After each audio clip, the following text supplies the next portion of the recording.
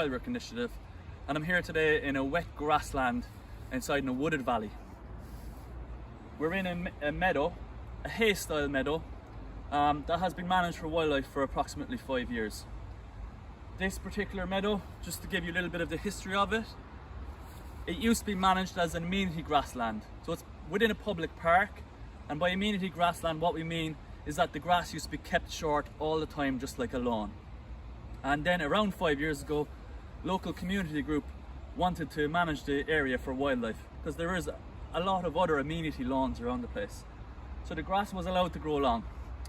But what happened then was they actually stopped maintenance altogether for about a year or so. And if you want to manage a meadow, that still requires some maintenance. So a plan was created for how to manage this particular meadow. We're here at the moment in the month of July. And because this is a wet underfoot, even today the ground is a little bit soft, this particular meadow, under the management regime, it's supposed to be cut by the end of July. That's because if you come in later in the year, it just gets too wet and soggy. And that will be especially problematic if machinery was to be used for doing the cutting. It might not be such of an issue if you were going to do so at the end of the year. But traditionally, within grassland systems in Ireland, if you had wet meadows within farming, these would have been cut off for hay by the end of July anyway. Again, that's to do with the water levels and the wetness of the ground. So within the meadow, there's a lot of typical species you could find in wet grassland, like creeping buttercup, which is a very common plant that a lot of people will know about. And you can see the yellow flower of it down here.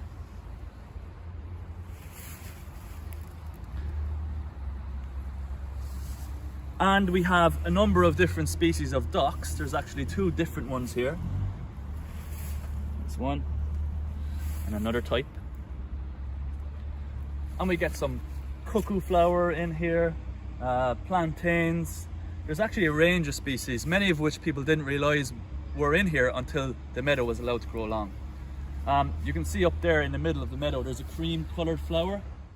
That's meadow sweet, and that's only recently started to come in here. Again, it likes damp areas, and it's a wonderful plant for biodiversity. But perhaps better again, it smells absolutely gorgeous. More of the species in the meadow. We have fool's watercress,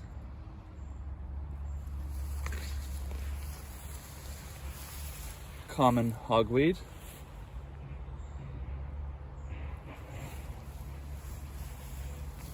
another one related to the hogweed. Down here we have wild angelica, not yet flowering, white clover. This is actually the leaf of another type of buttercup.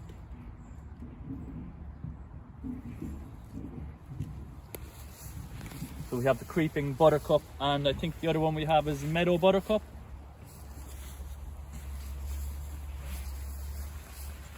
There are rushes in here.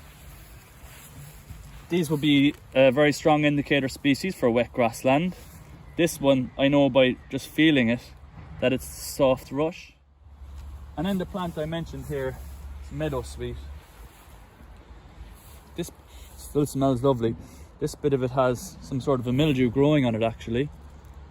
Not sure what that is from, but here's, you see in the background here, there's a better example of the flower. Absolutely gorgeous.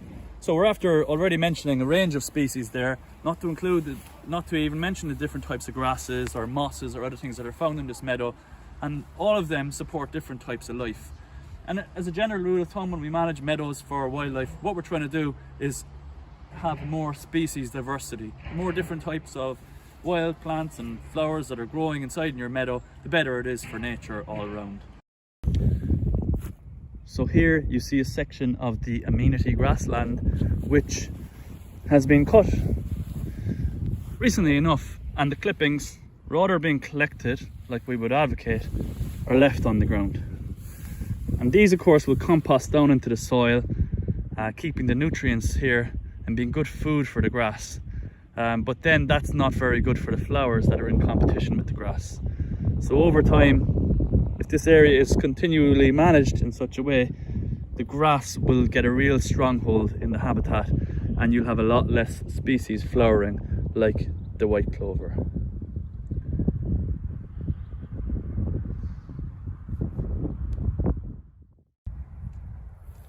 Here we have a wildflower meadow that's been sown in a coastal area, and this now is a dry meadow.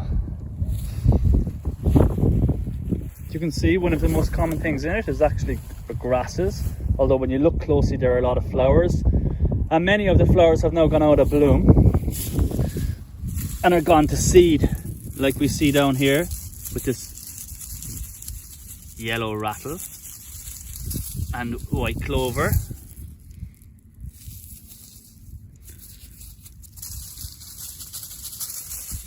I guess that's where it might get the name yellow rattle from.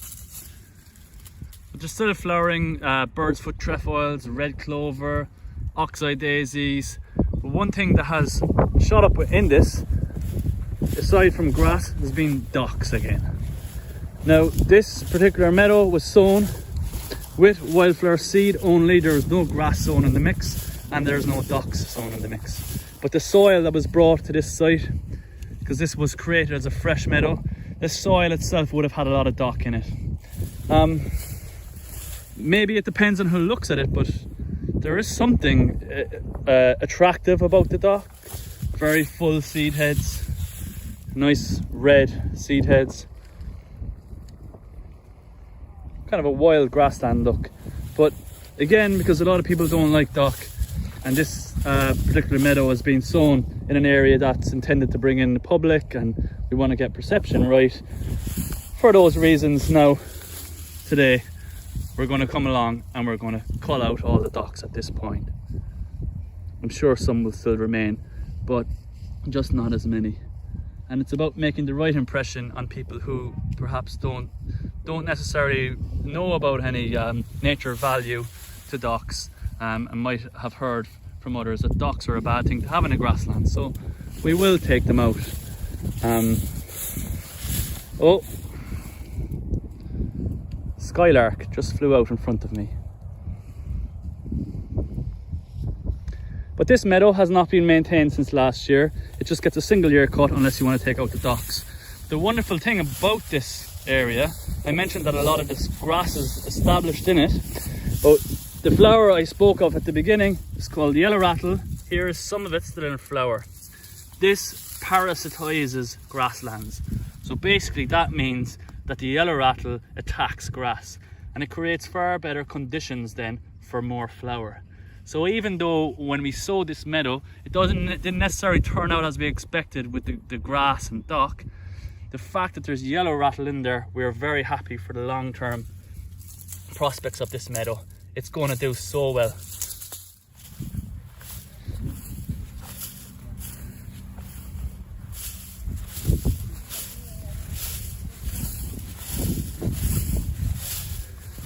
This meadow that we were in, unlike the meadow where we gave a demonstration of cutting with the side, none of the grasses in it have been knocked over. Everything's still very much upright, and it's far easier to cut. Just as easy as it would have been to cut the wildflower strip where we were culling out the oxeye daisies. So the side, or trimmers, whatever you might be using, will find it far easier to cut its way through this type of a habitat than what it would have in areas where there's knocked over grasses.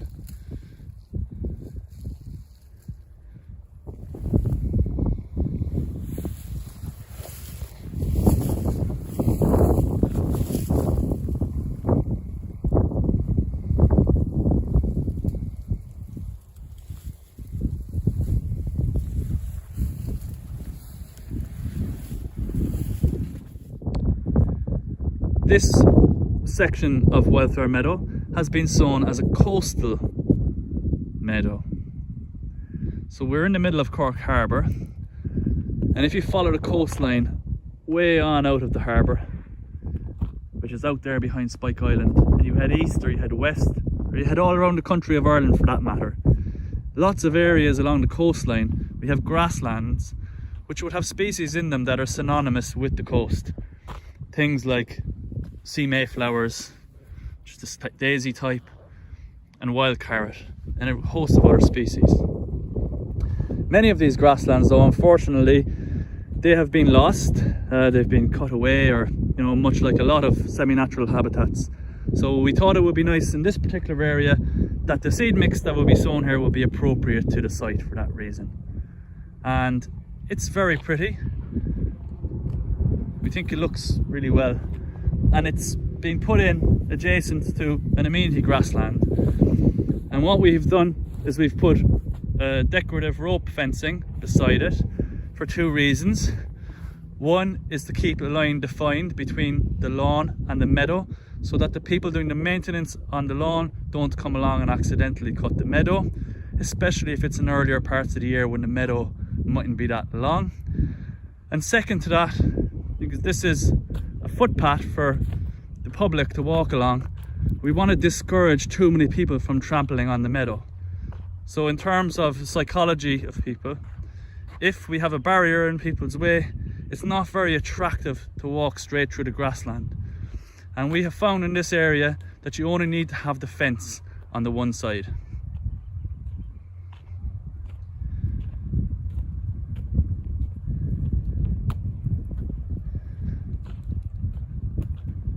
And this particular coastal meadow, it will just require a single cut per year. It all depends on what sort of aesthetic you go for, but one of the pieces of work that may be required around here at the moment is just to do a little trimming on the edges, so that the path doesn't get covered over too much by the vegetation. Although I think it's quite nice, it's a nice natural look, and it's not really creating any hazard in terms of safety, and there's still perfect access along the path, be that for wheelchair users or anyone else. We also have signage here just to remind others that it's managed for wildlife and to do not cut. This is something that many a person that we've come across has told us. They've sowed wildflower seed in an area, particularly if that's in a public space, and unfortunately they've come along one particular day and all their meadow would have been cut down. So the signage can help remind other people that might be doing public maintenance to leave the meadow alone, and also it just is a nice piece of information for passers-by, so they know why that area isn't being cut and that it's managed for wildlife.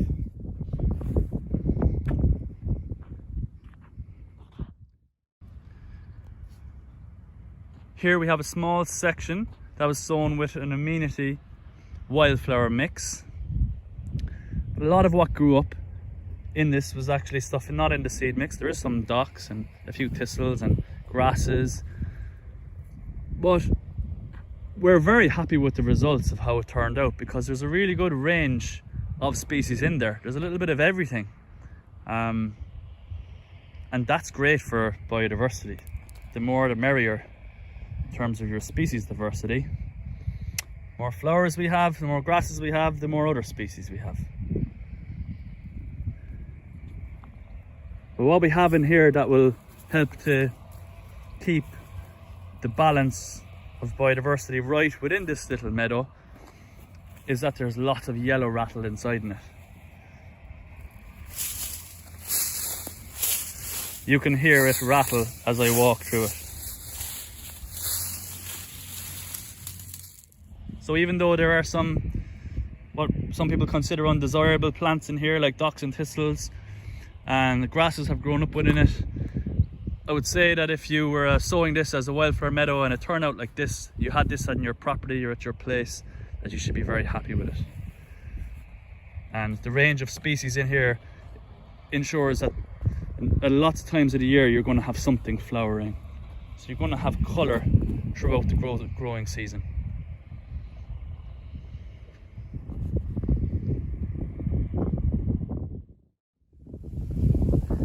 And here we're within a wet grassland, somewhere that was deliberately sown as a wet grassland, and it has a lot of grass in it, as you can see, but actually we sowed absolutely no grass in this area. There was just wildflower seed put in, stuff that's synonymous with wet grassland. But with the particular area where we are, this site was designed in such a way that all the water from around the site flows down into this. It's like a bowl in the center of the site, and should it fill up with too much water, there's even an outlet pipe, 2 different ones at different heights. And you can see with the dry cracked mud that it does get waterlogged in some parts of the wet grassland. But we have been monitoring this through the year, and it is a wet grassland, but it spends a lot of the time very, very dry. So a lot of the species sown, the area is perhaps not wet enough for them. But at the same time, because it is a little bit wetter, it has turned out very different to other wildflower habitats in this area. But in the particularly wet spot, other things that we can get is matted grasses, and they can be quite hard to cut. A lot of the vegetation that's there is actually dead matter, and that actually almost needs to be ripped out. So this particular habitat, in addition to cutting it, it's going to be cut now shortly. The other piece of work it requires is that, as opposed to rotivating, we're going to bring in a harrow into this location to be able to rip out all those old grasses and reinvigorate the seedbed now that there is established vegetation, and that in time may create the opportunity for some of the wildflower seed which we've sown, which is still in the habitat, to establish. And the soil down here is actually quite moist. It's almost got a peaty quality.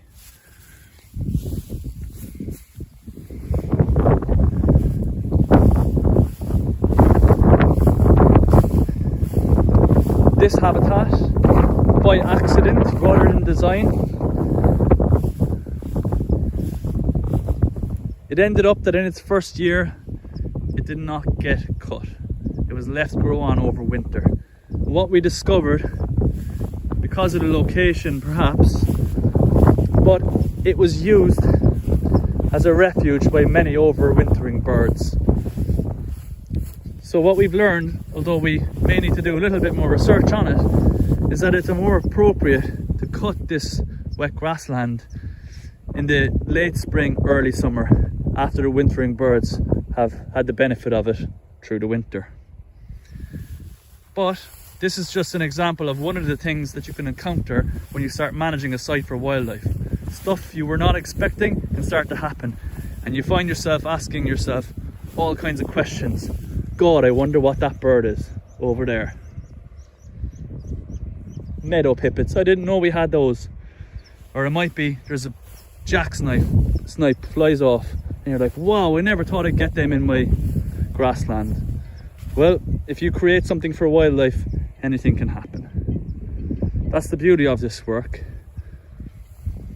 You might design something and intend for it to turn out a certain way, and sometimes that works, but often nature can take a different path, and we could end up with something even more special than we first thought we would get.